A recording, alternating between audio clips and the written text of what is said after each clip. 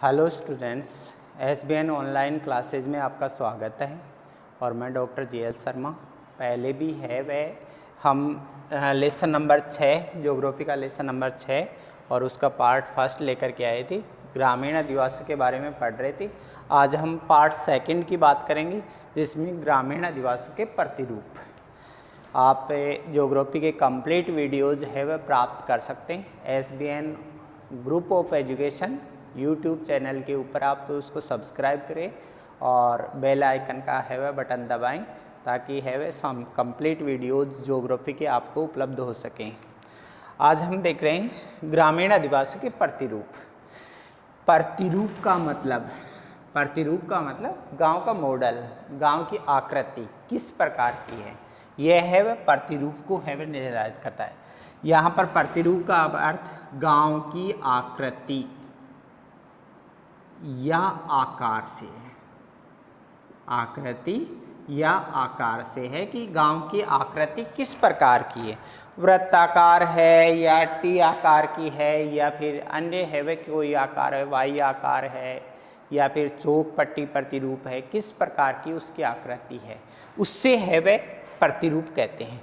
ग्रामीण आदिवासियों की प्रतिरूप देखें तो अपने यहाँ पर है वह ग्रामीण क्षेत्रों के अंदर धरातल के अनुसार स्थलाकृति, लोगों का धर्म, रीति रिवाज, रहन सहन, सामाजिक, आर्थिक या फिर है वह सांस्कृतिक, भौतिक दशाओं का है वह बड़ा प्रभाव पड़ता है।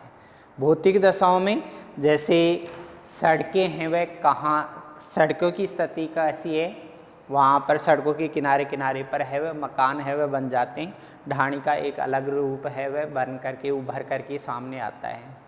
ऐसे ही है वह अगर कोई नदी है, नहर है तो उनके किनारे किनारे अधिवास बन जाते हैं, मकान बन जाते हैं और इसके बाद में है वह एक उभर करके सामने आता है कि उस गांव की आकृति एक निश्चित प्रतिरूप सामने आता है। कहीं पर पर्वतीय क्षेत्र हो तो ढाल के सहारे है वह मकान बन जाते हैं। ऐसा लगता है दूर से देखने पर जैसे सीढ़ियाँ बनी हुई हैं, तो सीढ़ी नुमा आदिवास डेवलपमेंट हो जाते हैं। मैं ये बात कर रहा हूँ कि अपने यहाँ पर है वह ग्रामीण क्षेत्रों में अनेक प्रकार के अधिवास देखने को मिलते हैं और इन अधिवासों पर बड़ा प्रभाव वहाँ की भौतिक दशाओं का, क्षेत्र की जलवायु का या फिर है वह सामाजिक सांस्कृतिक गतिविधियों का बड़ा प्रभाव देखने को मिलता है। जल का प्रतिरूप के कहाँ से प्राप्ति का स्रोत है, उनका प्रभाव पड़ता है। राजनीतिक जो इमारतें होती हैं उनका प्रभाव पड़ता है। जैसे पंचायत भवन होता है तो उसके चारों ओर मकान बन जाते हैं, एक वृत्ताकार अधिवास है वह डेवलपमेंट हो जाता है। तो ऐसे आवास विकसित होते हैं। आकृति और आकार है वह प्रभाव डालते, कई घटक है वह प्रभाव डालते हैं। आज हम देखेंगे आदिवासियों के प्रतिरूप कौन कौन से हैं। फर्स्ट रूप हम लेते हैं कि रेखीय प्रतिरूप, रेखीय प्रकार के अधिवास। रेखीय मतलब सीधे प्रकार के है वह अधिवास। ये है वह डेवलपमेंट होते हैं जैसे कोई नदी, नहर या सड़क। ये कोई नदी हो सकती है, नहर होती है सकती है या सड़क हो सकती है। इसके किनारे किनारे पर आवास बन जाते हैं। इसके किनारे किनारे पर आवास है वह डेवलपमेंट हो जाते हैं। ये रेखीय प्रतिरूप के अधिवास होते हैं। रेखीय प्रतिरूप है वह कहा जाता है। कोई नदी, नहर या सड़क के किनारे किनारे आवास है वह डेवलपमेंट हो जाए। कई बार समुद्र के किनारे किनारे पर भी ऐसे अधिवास है वह डेवलपमेंट हो जाते हैं। तो इनको एक रेखा के रूप में होते हैं, सीधी रेखा के रूप में होते हैं, इस कारण से है वह रेखीय अधिवासों के रूप में जाना जाता है। हमारे यहाँ पर है वह बहुत सारे हाईवेज हैं, बड़ी सड़कें हैं, तो उन सड़कों के किनारे किनारे मकान दूर तक है वह फैल जाते हैं।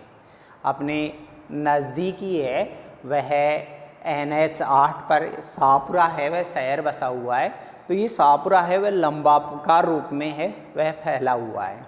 ऐसे ही जयपुर के पास में दूदू है, दूदू यह भी एक नए NH 8 के ऊपर है वह बसा हुआ है वह गांव है। दूदू गांव है जयपुर के पास में, वह भी इसी प्रकार का है वह बसा हुआ गांव है। तो ऐसे है वह कहलाते हैं रेखीय अधिवासों के अधीन आते हैं। इनको रेखीय अधिवास कहते हैं। ऐसे ही कुछ आवास, जैसे मान लो कोई दो सड़कें एक दूसरे को समकोण पर काटती हैं, 90 डिग्री के कोण पर दो सड़कें काटती हैं। अगर सड़कें समान महत्व की हैं, समान महत्व की मतलब वो समान प्रकार की हैं, कोई छोटी बड़ी सड़कें नहीं हैं, कोई बड़ी सड़कें या फिर है वह महत्वपूर्ण है वह समान महत्व की सड़कें हैं, तो समान रूप से है वह अधिवास डेवलपमेंट होते हैं, अधिवास डेवलपमेंट हो जाते हैं। अधिवास का स्वरूप का है वह मतलब होता है चौक पट्टी प्रतिरूप, इसको है वह चौक पट्टी प्रतिरूप बनते हैं। यहाँ पर है वह मध्य में चौराहा होता है जो मुख्य मार्केट बन जाता है, और धीरे धीरे मकान चौराहे के रूप में है वह डेवलपमेंट होते हैं। इसको चौक पट्टी प्रतिरूप के नाम से जाना जाता है। चौक पट्टी प्रतिरूप, पट्टी प्रतिरूप, या फिर है दूसरा नाम है इसका वर्गाकार प्रतिरूप, वर्ग की आकृति में बनते हैं, इस कारण से इनको वर्गाकार प्रतिरूप कहते हैं। ज़्यादातर ऐसे अधिवास है वह समतल मैदानी भागों में मिलते हैं। समतल मैदानी भागों में जहाँ दो सड़कें एक दूसरे को क्रॉस करती हैं, वहाँ पर इस प्रकार के अधिवास है वह निर्माण होता है। इसके बाद में है वह है आयताकार प्रतिरूप। आयताकार प्रतिरूप में एक है वह बड़ी सड़क होती है, मुख्य सड़क होती है, एक मुख्य सड़क यानी कि अधिक महत्वपूर्ण सड़क होती है, और दूसरी है वह कम महत्वपूर्ण सड़क होती है। ऐसी सड़कें होती हैं तो कम महत्वपूर्ण सड़क के किनारे पर तो आवास कम बनते हैं, और इस है वह अधिक महत्वपूर्ण सड़क है उसके किनारे किनारे पर आवास ज़्यादा बन जाते हैं। परिणामतः अधिवास का स्वरूप है वह आयताकार प्रतिरूप बन जाता है, आयत की तरह से बन जाता है। जिस तरह से आयताकार प्रतिरूप है उसका डेवलपमेंट हो रहा है। महत्वपूर्ण सड़क के किनारे पर दूर तक आवास बन जाते हैं, दूर तक आवास बन जाते हैं, क्योंकि आने जाने की सुविधाओं के आधार पर लोग अपने आवास है वह निर्माण करते हैं, इस कारण से दूर तक आवास बनते हैं। और जो सहायक सड़क है, सहायक सड़क, इसके किनारे पर आवास कम बनते हैं, क्योंकि ये छोटी सड़क होती है, इस कारण से यहाँ पर आवास कम बनते हैं। परिणामतः अधिवास का जो प्रतिरूप होता है वह आयताकार प्रतिरूप बन जाता है, आयत के समान बन जाता है, इसको आयताकार प्रतिरूप कहते हैं। आयताकार प्रतिरूप यह भी वही लगभग मैदानी भाग होते हैं, वहाँ पर इस प्रकार के आवास है वह बनते हैं। ऐसे ही एक प्रकार के आवास होते हैं जिनके अंदर वृत्ताकार अधिवास, वृत्ताकार अधिवास, वृत्ताकार अधिवास है, उनके केंद्र के अंदर कोई न कोई बिल्डिंग होती है। अब ये केंद्र के अंदर बिल्डिंग है वह कोई भी हो सकती है, हो सकता है तालाब हो, छोटा तालाब हो। मरुस्थल के अंदर, अपने मरुस्थल में बहुत सारी ढाणियाँ हैं वह छोटे छोटे तालाबों के किनारे पर है वह बसी हुई हैं। राजस्थान में बहुत सारे गाँवों के नाम के आगे सर शब्द लगा हुआ है, सर शब्द लगा हुआ है, जैसे नाथूसर, जैसे ढोडसर, जैसे भगवान सर, ऐसे बहुत सारे गांव देखने को मिलेंगे आपको। इसका मतलब ये है कि वो किसी न किसी जोड़े के किनारे, किसी न किसी छोटे तालाब के किनारे बसे हुए थे, इस कारण से उसके आगे, नाम के आगे है वह सर लगाया जाता था। यही कारण है कि इसके किनारे किनारे पर है वह आवास डेवलपमेंट हो जाते हैं, तो गांव का जो प्रतिरूप है वह वृत्ताकार अधिवास ले लेता है।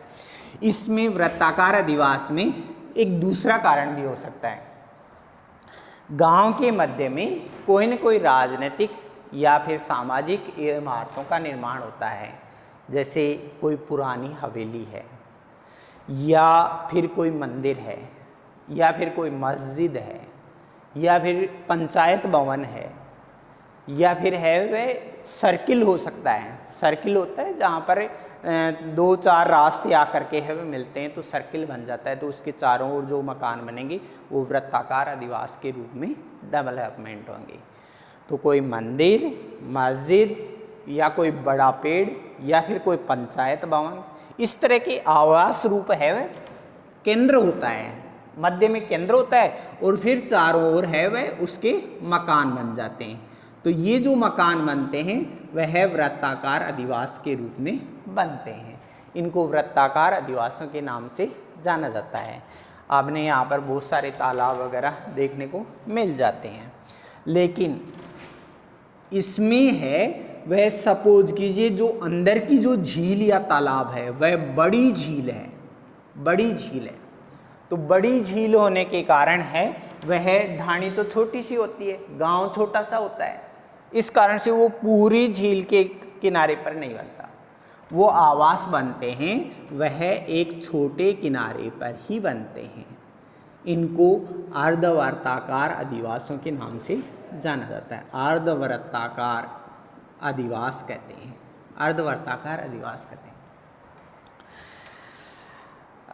पुष्कर झील है, पुष्कर झील अजमेर के अंदर हिंदू महत्व की झील है। परिणामतः बड़े रूप में आवासों का निर्माण होता है, चारों तरफ ही है वह आवास बने हुए हैं, अधिवास बने हुए हैं। तो उसका स्वरूप कैसा बनेगा? वृत्ताकार अधिवास, पूर्ण वृत्ताकार अधिवास बन गया। उदयपुर के अंदर एक झील है जिसका नाम है पिछोला झील, और उसके किनारे पर एक पिछोली गांव बसा हुआ है, बंजारों का गांव है जिसका नाम है पिछोली झील गांव। और ये पिछोली गांव है उसके एक किनारे पर ही बसा हुआ है। परिणामतः वहां पर अर्धवृत्ताकार अधिवास डेवलपमेंट होते हैं। उड़ीसा के अंदर चिल्का झील है। चिल्का झील बड़ी झील है, भारत की सबसे बड़ी झील है, लेकिन इसके एक किनारे पर ही मकानों का निर्माण हुआ है। अर्धवृत्ताकार अधिवास डेवलपमेंट होते हैं। तो ऐसे वृत्ताकार या अर्धवृत्ताकार बनते। अगर तालाब छोटा है तो उसके चारों ओर मकान बन जाते हैं, और अगर तालाब है वह बड़े रूप में है, झील बड़े रूप में है, तो फिर उसके एक किनारे पर ही आवास डेवलपमेंट हो पाते हैं, जिनको अर्धवृत्ताकार अधिवासों के नाम से जाना जाता है। ऐसे ही है वह अधिवास और भी प्रकार के होते हैं। जैसे मान लीजिए कोई नदियाँ होती हैं वह टेढ़े मेढ़े रूप में रहती हैं, विसर्पाकार, इनको कहते हैं नदी विसर्प। नदी विसर्प हो सकता है, विसर्प। तो नदी विसर्प होती है, नदियां हैं वे टेढ़े मेढ़े रूप में बहती हैं, प्रवाहित तो करती हैं। तो यहाँ पर है, यहाँ पर एक सड़क है वह इस तरह से डाल देते हैं, दूसरी सड़क इस किनारे पर डाल देते हैं, फिर है वह मकानों का निर्माण हो जाता है, चारों तरफ मकान बन जाते हैं। तो ऐसे है वह अधिवास डेवलपमेंट होते हैं जिनको तीरनुमा अधिवास कहते हैं।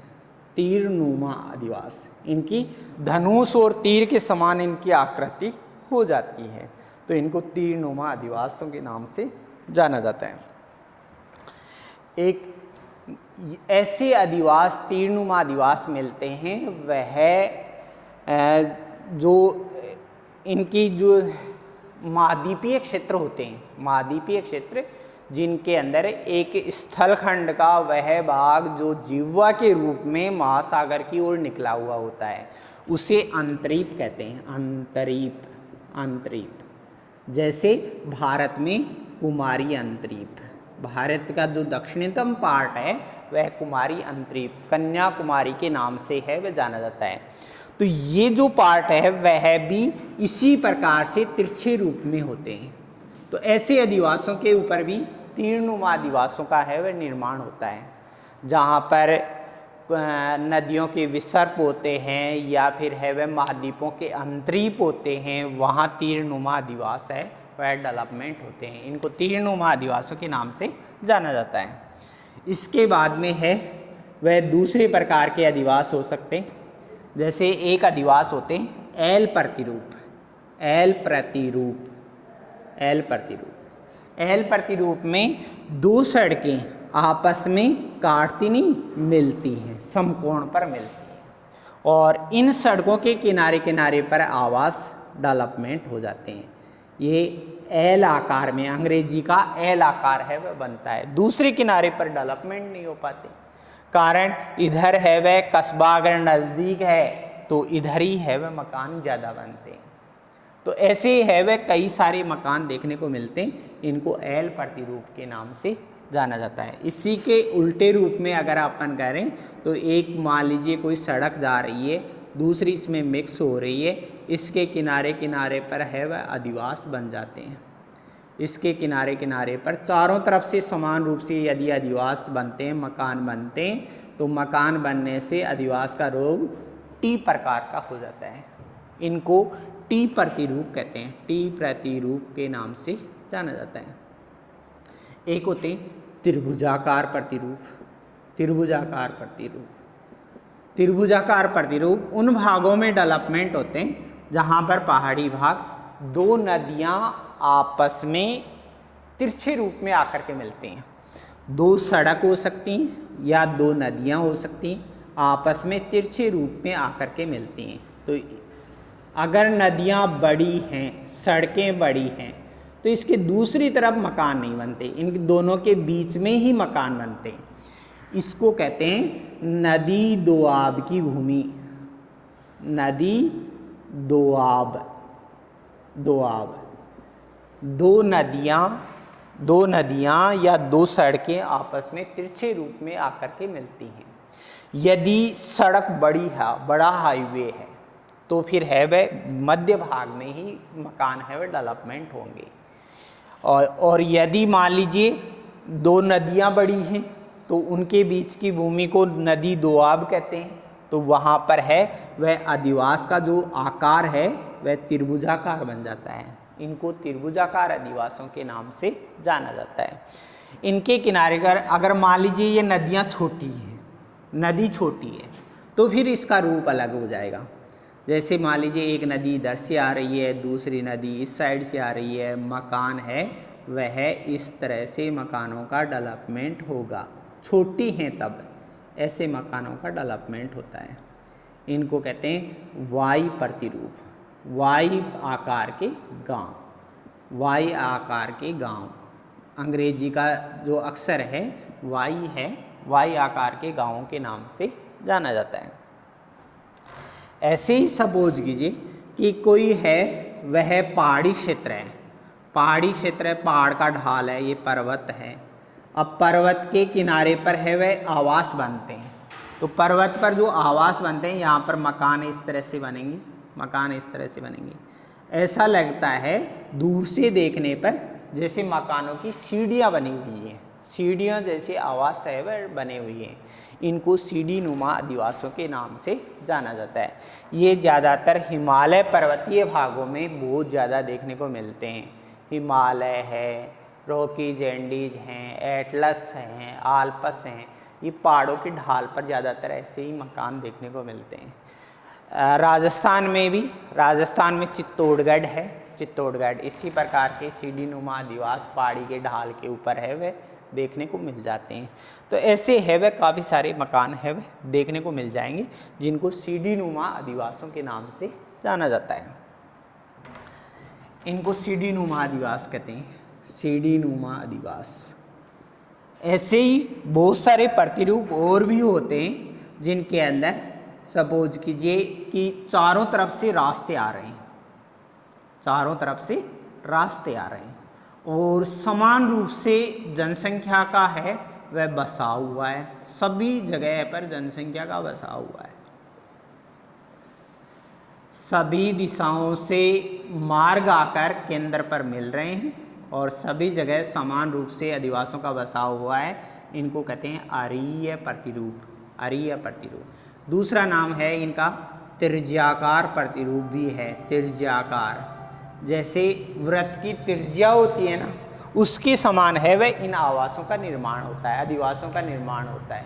इनको कहते हैं त्रिज्याकार अधिवासों के नाम से जाना जाता है।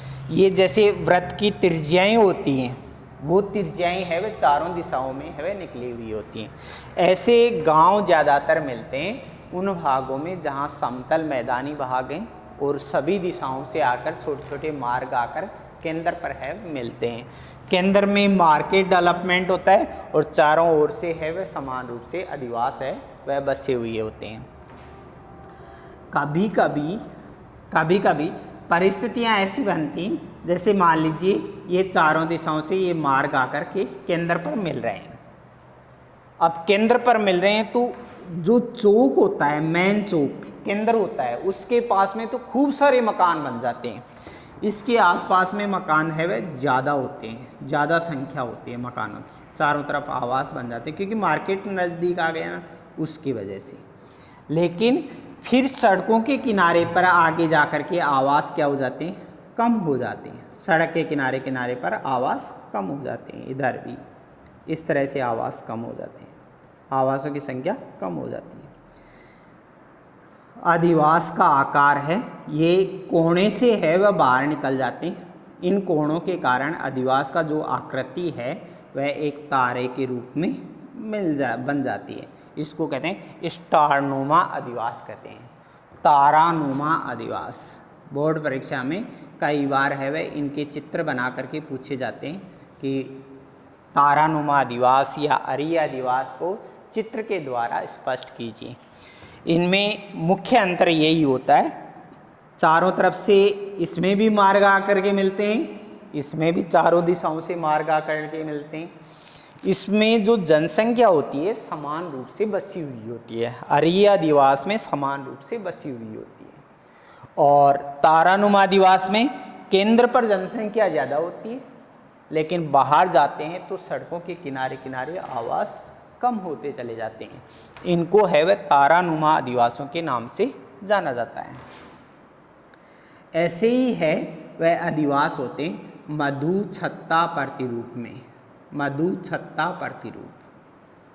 प्रतिरूप ये जनजातियों के भागों में पाए जाते हैं। जनजातियां क्या करती हैं, अपने लिए, जैसे मछुआरा हैं या फिर आखेटक जनजातियां हैं, ज़्यादातर गुंबदाकार झोंपड़ी का निर्माण करते हैं, गुंबदनुमा झोंपड़ी का निर्माण करते हैं।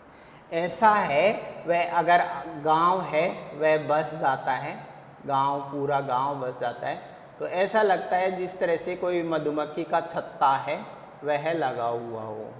इस तरह के आवासों को कहते हैं मधुछत्ता प्रतिरूपों के नाम से जाना जाता है।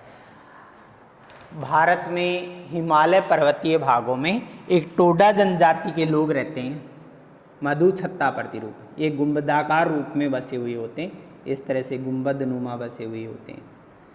इनको टोडा जनजाति, हिमालय पर्वतीय भागों में टोडा जनजाति पाई जाती है और उनके मकान है वे ज़्यादातर इसी रूप में होते हैं। एक अफ्रीका के अंदर एक जुल्लू जनजाति है, अफ्रीका की जुल्लू जनजाति, वह भी इसी प्रकार के गुंबदाकार मिट्टी के घर बनाती है। तो पास पास में मिट्टी के घर है वह बने हुए होते हैं, 10-20 घर होते हैं, तो ऐसा लगता है जैसे मधुमक्खी का छत्ता लगा हुआ हो। तो अब इनको मधुमक्खी छत्ता प्रतिरूप के नाम से जाना जाता है। भारत के अंदर तटीय भागों में मछुआरे लोग होते हैं, वो भी इस प्रकार के अधिवासों का है वह निर्माण करते हैं। अधिवासों के और भी प्रतिरूप होते हैं, जैसे एक प्रतिरूप होता है सुस्ट्रिंग प्रतिरूप, सुस्ट्रिंग प्रतिरूप, सुस्ट्रिंग प्रतिरूप। और ये होते हैं जूता डोरी प्रतिरूप के नाम से जाना जाता है।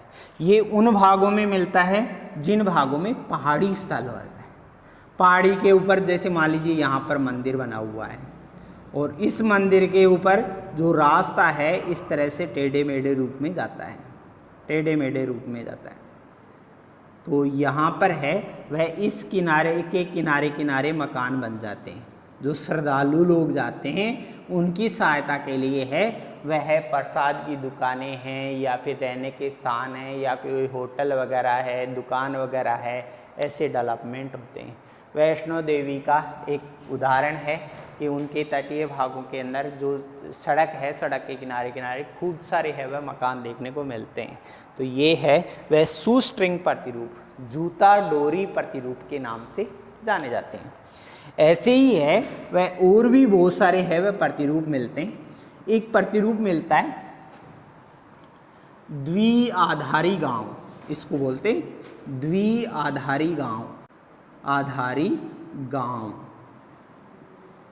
गांव द्विआधारी गांव में क्या है कि जैसे मान लो एक गांव यहाँ पर है, पास पास में 2 गांव बसे हुए हैं, तो यहाँ जनसंख्या बढ़ती है तो ऐसे फैलती जाती है वो। अब इसके के पास में कोई दूसरा गांव फंसा हुआ है तो इसमें भी जनसंख्या बढ़ती है तो वो इस तरह से फैलता जाता है। एक समय ऐसा आता है दोनों गांव आपस में मिल जाते हैं, मिल जाते हैं। दोनों गांव एक ही होते हैं, दोनों गांव एक ही रूप होते हैं, लेकिन उसके बाद में भी उनके अंदर जो प्रशासनिक दृष्टि से ये दोनों अलग अलग होते हैं कि एक मोहल्ले के अंदर से दूसरा मोहल्ला आ गया तो वो दूसरी साइड के अंदर आ गया। ऐसे कस्बों के अंदर बहुत सारे उदाहरण देखने को मिलते हैं। बड़े महानगरों के अंदर तो खूब सारे उदाहरण है वे मिलते हैं। अपने यहाँ पर भी सीकर में छोटी लोसल और बड़ी लोसल इसी प्रकार के है वे गाँव हैं, द्विआधारी गाँव हैं।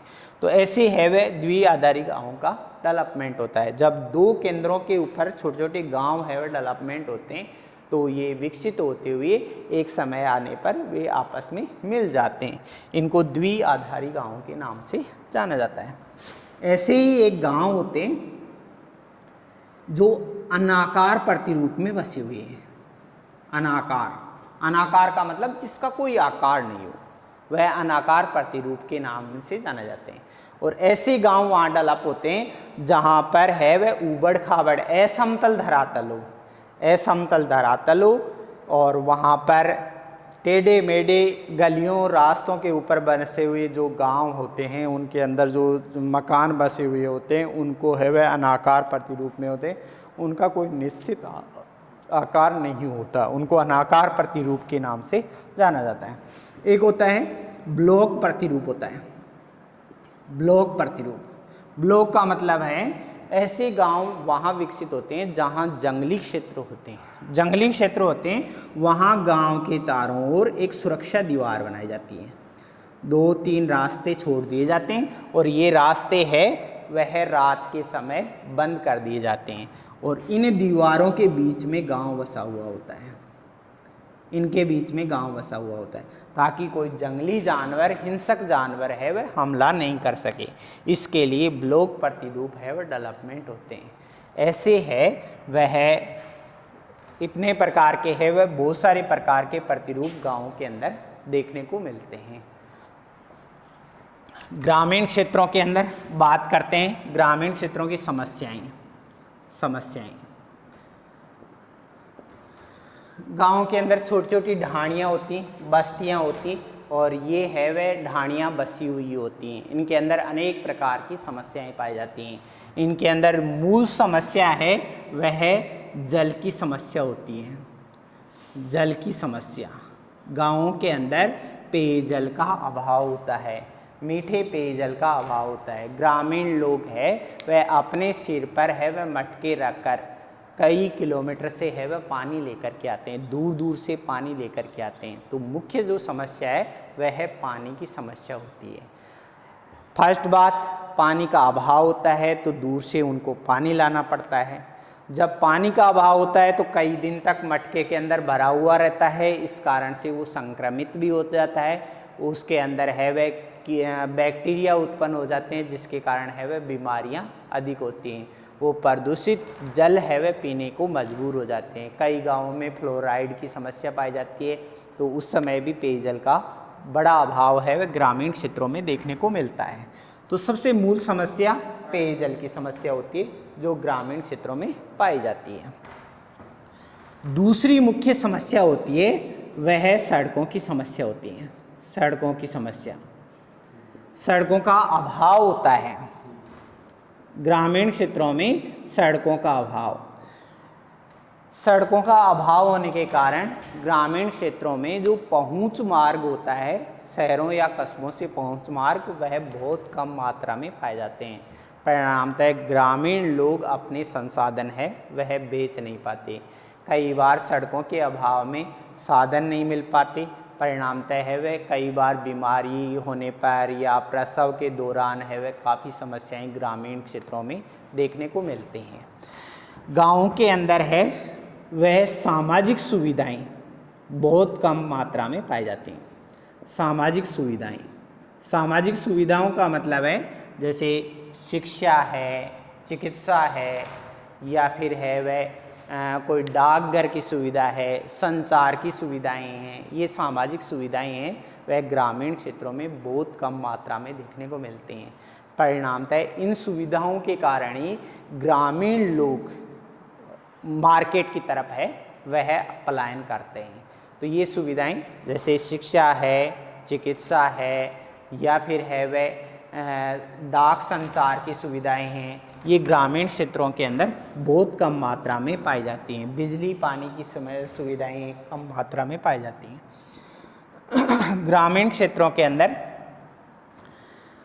ग्रामीण क्षेत्रों में चिकित्सा का अभाव होता है, चिकित्सा का अभाव होता है। डॉक्टर हैं वह छोटे कंपाउंडर वगैरह पहुंचते हैं, बड़े डॉक्टर है वह नहीं उपलब्ध हो पाते। कई बार चिकित्सा के अभाव में है वह लोगों की मृत्यु तक हो जाती है। तो ग्रामीण क्षेत्रों में है वह चिकित्सा सुविधाओं का है वह अभाव पाया जाता है। ग्रामीण क्षेत्रों में जीवन स्तर पिछड़ा हुआ है, जीवन स्तर पिछड़ा हुआ है। कहने का मतलब है रोजगार का अभाव पाया जाता है, रोजगार का अभाव। ग्रामीण क्षेत्रों में उद्योग धंधे बहुत कम मात्रा में पाए जाते हैं। इस कारण से सबसे बड़ी समस्या ग्रामीण क्षेत्रों में रोजगार की समस्या होती है। रोजगार के अभाव में बेरोजगारी पाई जाती है, और ये बेरोजगारी है वह अलग अलग रूपों में देखने को मिलती है। जैसे एक होती है अल्प बेरोजगार, जैसे 12 महीने के अंदर 9-10 महीने उसको रोजगार मिल जाता है, लेकिन 2 महीने है वह वो बेकार है वह रहते हैं, बेरोजगार रहते हैं। तो ये अल्प बेरोजगारी की श्रेणी में आता है। कई बार अर्ध बेरोजगार होते हैं। अर्ध बेरोजगार का मतलब 12 महीने में 6 माह है उसको रोजगार मिलता है, और 6 महीने है वह फ्री के होते हैं। तो इस तरह से वह अर्ध बेरोजगारी के नाम से है वह जानी जाती है। एक होती है गाँव में छिपी हुई बेरोजगारी। छिपी हुई बेरोजगारी का मतलब होता है कि जैसे सपोज कीजिए कोई 10 बीघा का खेत है, 10 बीघा का खेत है। अब इसके अंदर कम से कम परिवार में 7 सदस्य हैं, 7 सदस्य हैं। अब 10 बीघा के खेत के अंदर मुश्किल से 2 आदमी आराम से रोजगार कर सकते हैं, 2 आदमी आराम से काम कर सकते हैं। अगर 2 आदमियों का काम होता है 10 बीघा के अंदर, 2 आदमी आराम से कार्य है वह कर सकते हैं। लेकिन ग्रामीण क्षेत्रों में 7 सदस्य हैं, तो सातों के सातों लोग काम करते हुए दिखाई देते हैं, खेत के अंदर काम करते हुए दिखाई देते हैं। खेत में काम कितने लोगों का था? 2 आदमियों का। कितने लोग काम कर रहे हैं? 7 सदस्य हैं, तो सातों के सातों जा रहे हैं, यानी कि 5 क्या है? बेरोजगार। वो काम करते हुए दिखाई तो देते हैं, लेकिन वास्तव में वो बेरोजगार हैं, उनके पास में कोई काम नहीं है। इसको है वह छिपी हुई बेरोजगारी के नाम से जाना जाता है। एक मौसमी बेरोजगार होते हैं। मौसमी बेरोजगार का मतलब है ग्रामीण क्षेत्रों में जब फसल की बुआई की जाती है तब ज़्यादा काम रहता है, फिर फसल की ज़्यादातर कटाई की जाती है, उसके समय है वह काम ज़्यादा रहता है, और बाकी समय है वह फ्री रहते हैं। तो इसको है वह मौसमी बेरोजगारी के नाम से जाना जाता है। ऐसी समस्याएं हैं वह ग्रामीण क्षेत्रों में बहुत सारी है वह पाई जाती हैं। परिणामतः लोग बेरोजगार ज़्यादा होते हैं, इस कारण से है वह वहाँ इस वजह से बेरोजगारी की वजह से आय कम होती है, और आय कम होने के कारण पिछड़ा हुआ सामाजिक जीवन स्तर है वह देखने को मिलता है। मैं एक बार फिर रिव्यू कर रहा हूँ। ग्रामीण आदिवासियों के प्रतिरूप, प्रतिरूप का अर्थ गांव की आकृति या आकार से है। ये है वह कई प्रकार के प्रतिरूपों के रूप में पाया जाता है। इसके ऊपर है वह भौतिक, आर्थिक, सामाजिक, सांस्कृतिक, राजनीतिक घटकों का बड़ा प्रभाव पड़ता है, जिसके आधार पर अलग अलग आकार के गांव है वह देखने को मिलते हैं। फर्स्ट, रेखीय अधिवास। रेखीय अधिवास के अंदर एक कोई नदी या सड़क के किनारे पर बने हुए आवास है वह रेखीय प्रतिरूप में होते हैं। अगर 2 सड़कें समकोण पर काट रही हैं, दोनों सड़कें समान महत्व की हैं, तो चौक पट्टी प्रतिरूप या फिर वर्गाकार अधिवास बनते हैं। लेकिन एक बड़ी सड़क है और दूसरी सहायक सड़क है, तो फिर आवास है वह आयताकार प्रतिरूप में बदल जाते हैं। यही रूप होता है अंदर कोई तालाब के किनारे, कोई पेड़ के किनारे, या फिर है वह कोई मंदिर के किनारे, कोई मस्जिद के किनारे, या फिर है वह कोई सर्किल के चारों ओर, सर्किल के चारों ओर ऐसे बसे हुए गांव वृत्ताकार अधिवास के रूप में होते हैं, वृत्ताकार अधिवास होते हैं। लेकिन यदि झील बड़ी है, बड़ी झील होती है तो उसके एक किनारे पर ही मकान बनते हैं। इनको अर्धवर्ताकार अधिवासों के नाम से जाना जाता है। जहाँ पर नदियों के विसर्प होते हैं या फिर अंतरीप होते हैं, महाद्वीपों के अंतरीप होते हैं, वहाँ पर इस तरह से दो सड़कें आती हैं और फिर उनके किनारे किनारे पर मकान बन जाते हैं। इनको है वह तीरनुमा अधिवासों के नाम से जाना जाता है। यहाँ पर है वह एल प्रतिरूप, जहाँ दो सड़कें आपस में काटती नहीं, आपस में समकोण पर मिलती हैं। यदि एक साइड में बड़ा कस्बा वगैरह है तो वहाँ पर है वह ऐसे एल प्रतिरूप डेवलपमेंट हो जाते हैं। यदि दो सड़कें एक दूसरे को समकोण पर मिलती हैं और उसके किनारे किनारे पर समान रूप से आवास बने हुए हैं तो वो टी प्रतिरूप में होते हैं। जहाँ पर दो नदियाँ आपस में मिलती हैं या दो सड़कें आपस में मिलती हैं, उनके बीच में नदी और दोआब की भूमि कहलाती है। यहाँ पर है वह त्रिभुजाकार अधिवास बनते हैं। और या फिर है वह कोई सड़कें हैं तो उनके बीच में है वह ऐसे अधिवास विकसित हो सकते हैं। कोई रेल की पटरियाँ हैं तो उनके किनारे किनारे पर है वह अधिवास ऐसे त्रिभुजाकार रूप बन जाते हैं।